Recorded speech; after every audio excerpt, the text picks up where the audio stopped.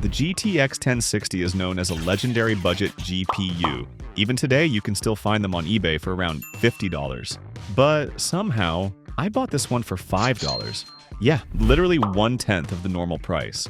Of course, nothing is ever perfect. According to the seller, this GPU has some serious issues, which is exactly why it was listed so cheap.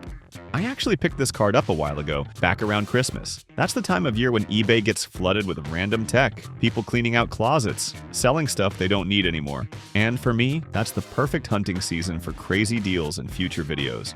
So now, it's finally time to open this thing up and see what kind of trouble or surprise a $5 GTX 1060 is hiding. Let's take a look. The seller packed it in a box with an absurd amount of paper.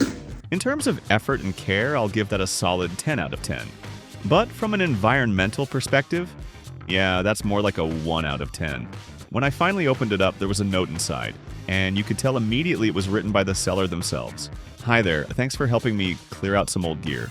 This GPU has been sitting in my cabinet for a long time. It does have a couple of issues. The cooling fan isn't working properly and the display can flicker during use. Local repair shops where I live don't really have the experience to fix or replace the parts, so I've decided to sell it as is. Hopefully it'll be useful to you for repairs, spare parts, or a project. Thanks and good luck. Alright, taking a look at it from the outside, this is an Inno 3D GTX 1060 with 6 GB of VRAM. First impression in hand, it actually feels really solid. The whole shroud is metal, so it has that heavy, sturdy feel you don't usually get with cheaper cards. Now, just like the seller mentioned, the main issue is the cooling. And yeah, they weren't kidding. One of the fans is missing 2 blades, and the smoothness is basically gone.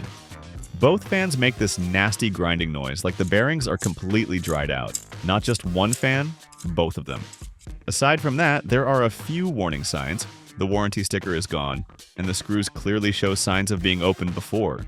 Hopefully whoever took it apart was just repasting it. That's the best case scenario. The good news? Everything else actually looks pretty healthy. The PCB is clean, no corrosion, and most importantly, the heatsink fins aren't oxidized or rusty at all. That's a really positive sign for a GPU that's been sitting unused for a long time. So yeah, rough fans, questionable history, but overall it's still looking more promising than I expected. Alright, time to plug this thing in and see what actually happens. First boot, no explosions, so that's already a win. But yeah, just as I expected, no display output. I'm not a GPU repair expert by any means, so instead of doing anything crazy, I'm sticking to basic, realistic fixes, the kind of stuff normal people can actually try at home. My first guess was oxidation. This card clearly hasn't been used in a long time, so the display ports could have built up corrosion and lost proper contact. I grabbed a contact cleaner, cleaned all the output ports, then did the classic plug-unplug routine a few times to scrape off any remaining grime. Alright, moment of truth. Testing every output one by one. And oh my god, I honestly didn't expect this, but the GPU actually came back to life. We've got display. I officially woke it up. But of course, the problems didn't stop there. One of the fans is completely dead. The other one does spin, but it sounds awful. You can literally hear it scraping against the metal frame, which tells me the fan shaft is probably bent or off-center. After it ran for a while, the real problem showed up. The GPU started glitching badly. Colored lines, visual noise, artifacts all over the screen. And this was without me even pushing it hard. Most of the time, issues like this point to VRAM problems or a driver issue. I tried everything on the software side, like uninstalling drivers, clean reinstalls, but nothing fixed it. At that point, I knew this wasn't software anymore. Something inside the hardware had definitely taken a hit. So yeah, I decided to take one last gamble and tear the card completely apart to see what was really going on. If you've got nothing to lose, then you really have nothing to lose. Once I opened it up, at first everything looked fine. No obvious damage, nothing burnt, everything still in place. But then, oh no, I noticed some liquid residue around the VRAM area. I'm not exactly sure what it was, but it definitely shouldn't be there. So I went straight into cleaning mode. I used a multi-purpose contact cleaner to clean the card.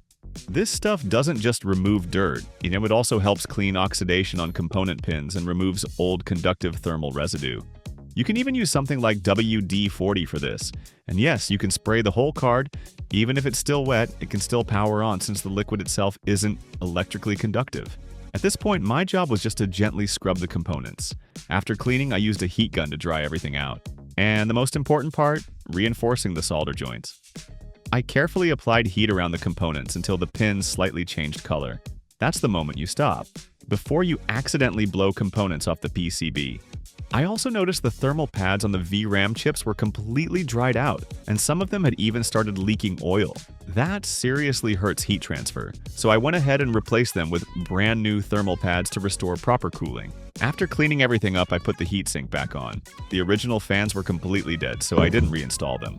Alright, time for another boot, and I honestly couldn't believe it. The signal was perfectly clean. No artifacts, no flickering, no visual noise at all. For me, that felt like a small miracle. But now we've got a new problem. Zero cooling. Running a GPU like this long-term would just cook it, so that wasn't an option. So I had to get creative. I grabbed two 92mm fans from old CPU air coolers and mounted them directly onto the heatsink using screws. I'm pretty sure the manufacturer would hate this, but honestly it looked surprisingly clean. Kind of janky, kind of cool. To power them, I had to get a bit sketchy. The motherboard only has one fan header, so I wired both fans into the same header. Is it ideal? Absolutely not.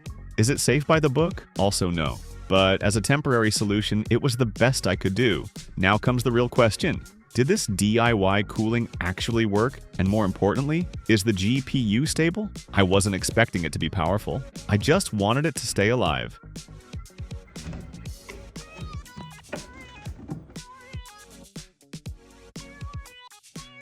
I checked GPU-Z'd, and yep, it's a legit GTX 1066GB. At idle, the temperature was sitting around 32 degrees Celsius, which honestly looked promising. So I fired up Heaven Benchmark to check temps and noise levels. And I've got to say, I was genuinely surprised. Those two DIY fans actually did their job. Temps hovered around 60 degrees Celsius, and the noise level was totally acceptable. That's basically ideal territory for a GPU.